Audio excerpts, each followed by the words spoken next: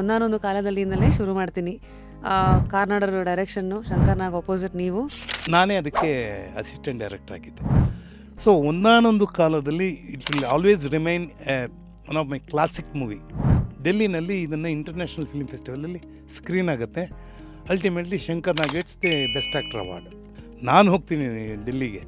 So ಸಕಲ ಮರ್ಯಾದೆ ಎಲ್ಲ ನನಗೆ ಕೊಡ್ತಾರೆ. ಹೋಗ್ತೀನಿ, ಅದನ್ನು ವಿಜ್ಞಾನ ಭವನಲ್ಲಿ ನಾನು ಕಲೆಕ್ಟ್ ಮಾಡ್ತೀನಿ. 3,000 ಜನ ಆಡಿಯನ್ಸು ಸ್ಟ್ಯಾಂಡಿಂಗ್ ಓವಿಯೇಷನ್ ಕೊಡ್ತಾರೆ. ವಾವ್.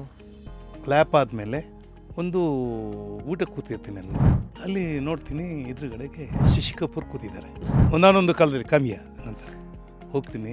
ಹಿ ಹಗ್ಸ್ ಮೀ, ಹಗ್ ಮಾಡಿಬಿಟ್ಟು ಹೇಳ್ತಾನೆ, ನಾನು I seen many films, not a performance like this, wonderful actor ಅಂತ ಹೇಳ್ತಾರೆ. ಇದಕ್ಕಿನ್ನ ಇನ್ನೇನು ಯಾವ ಪ್ರಶಂಸೆ ಬೇಕು ನಮಗೆ?